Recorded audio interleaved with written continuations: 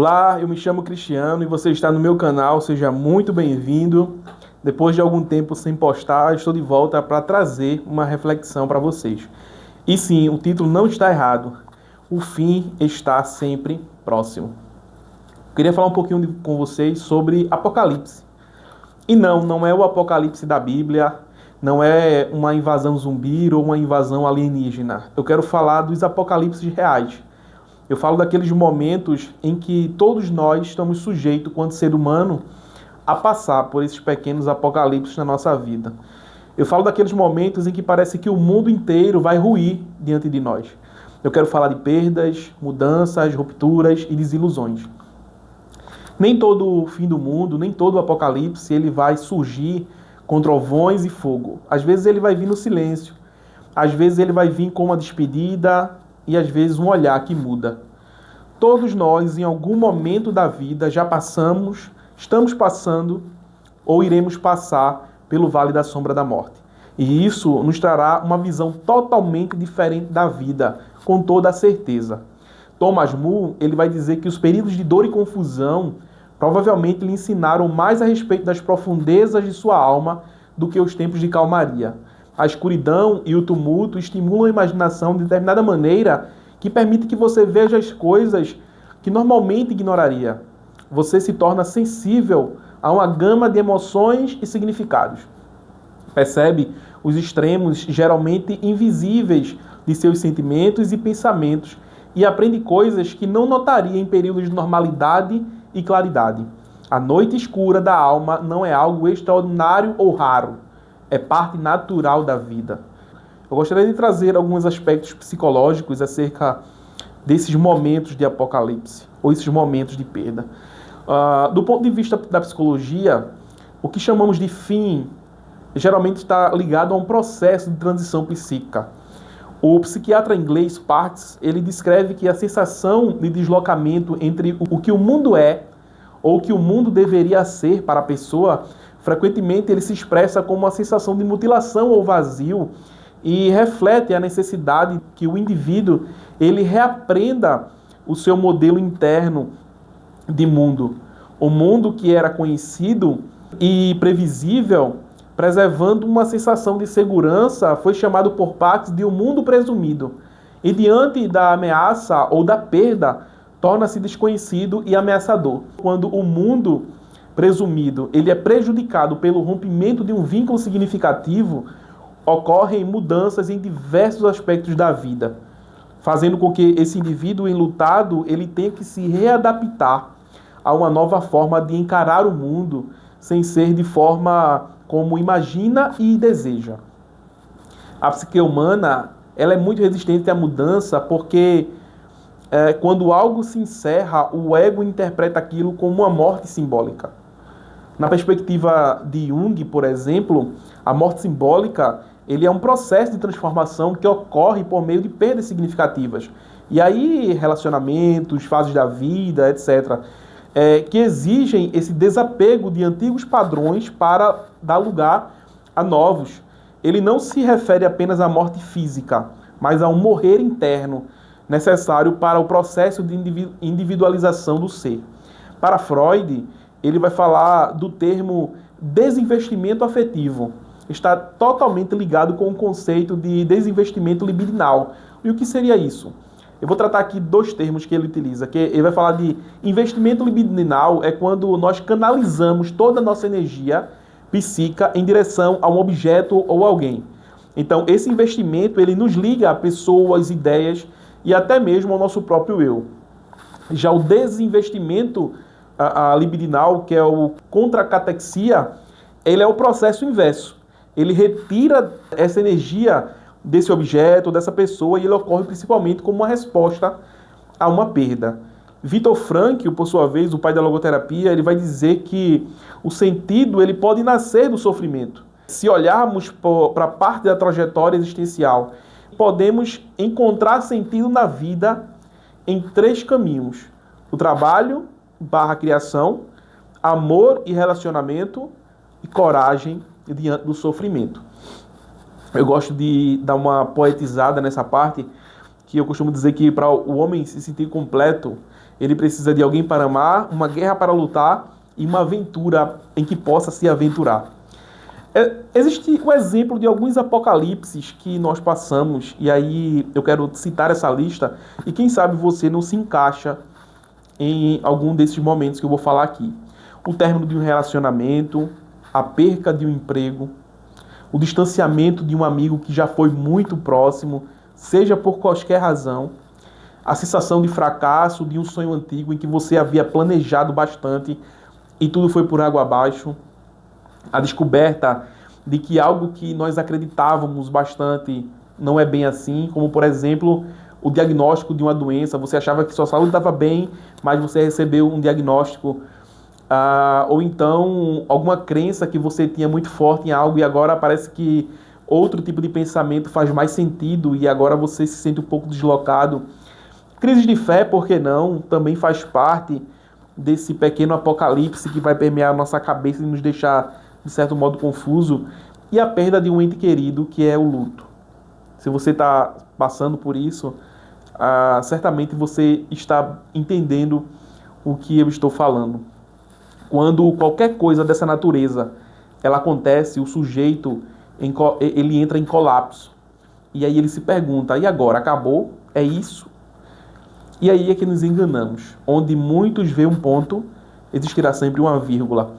Dentro da teoria existencial fenomenológica, será dito que o sentido da vida ele não é dado.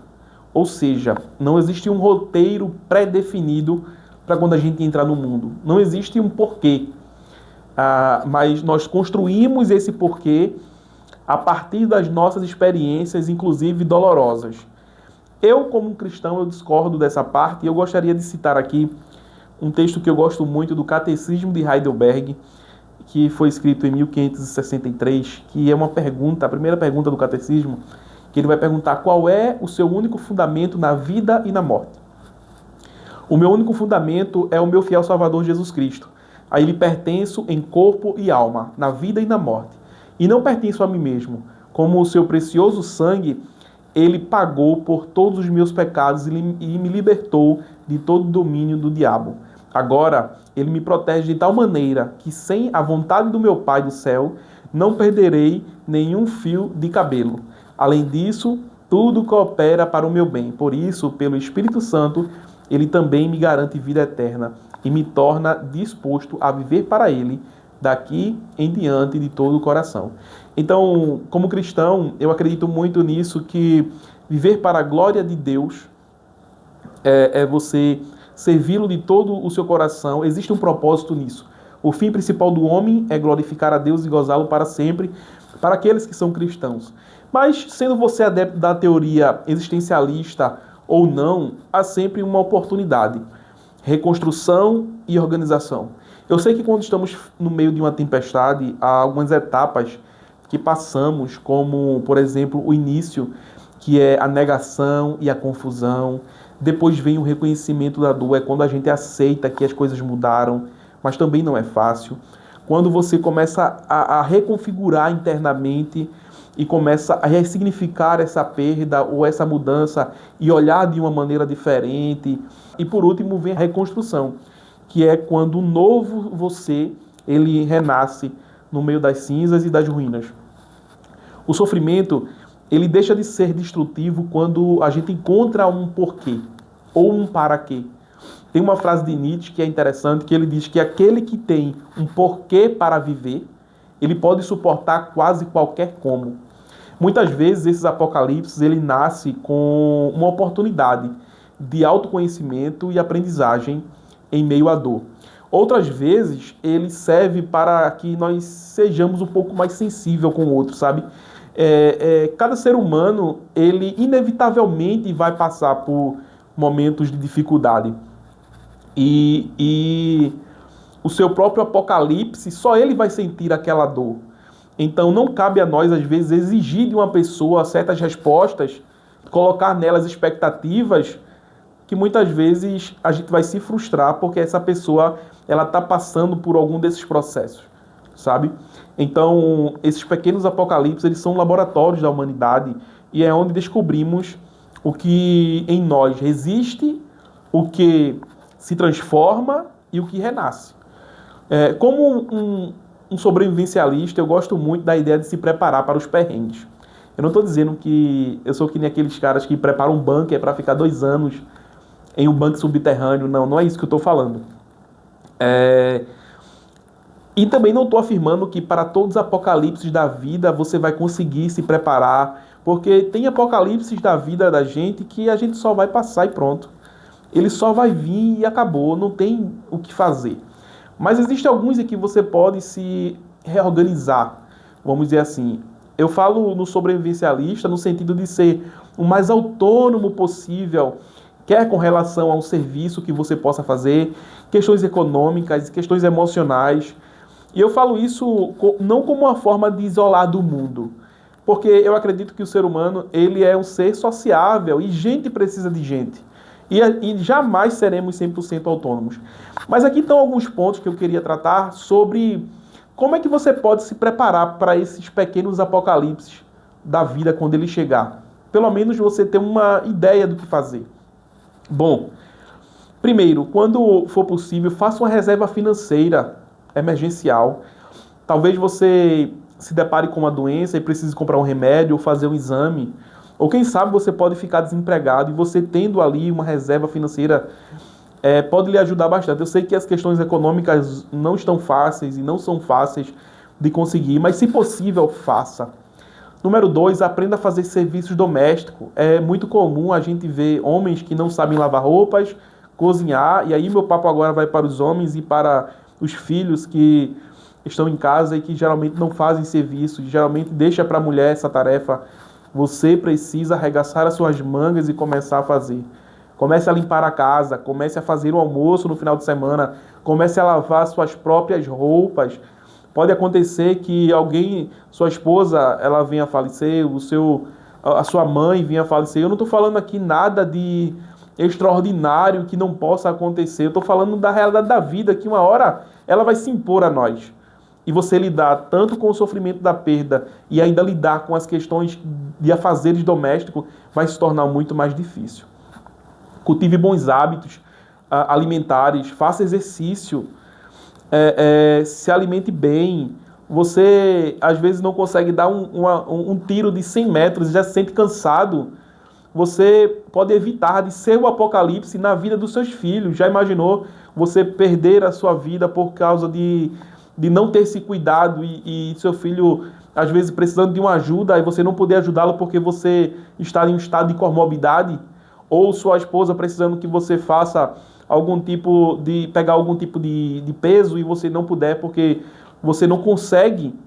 Trabalhe, mente forte habita em corpo forte. Número 4, trabalhe a sua mente, estude, leia, crie algo. A sua mente é o músculo, exercite a sua mente. Dentro desse ponto, resolva também questões burocráticas que você geralmente designa para terceiros. Você precisa saber lidar com as burocracias da vida, você precisa saber ir fazer uma compra, você precisa preencher documentos, você precisa resolver questões burocráticas, porque se você deixar sempre para outros resolverem, vai chegar o dia que você vai precisar e não vai conseguir, porque você não tem esse hábito. Número 5, trabalhe a sua inteligência emocional, saiba entender as suas emoções e os seus sentimentos, porque esse é o primeiro passo para você saber lidar com eles e não ficar refém. Número 6, converse com pessoas próximas e que você confia, compartilhe suas dores, suas alegrias, tenha sempre alguém com quem conversar, isso é muito importante para a sua mente. Nem todo fim é o fim do mundo. Às vezes é apenas o fim de um mundo dentro de nós. Dentro de suas possibilidades, espere o melhor, como diz o provérbio chinês. Prepare-se para o pior e aceite o que vier. Por isso, o fim, ele está sempre próximo. Até um próximo vídeo. Valeu!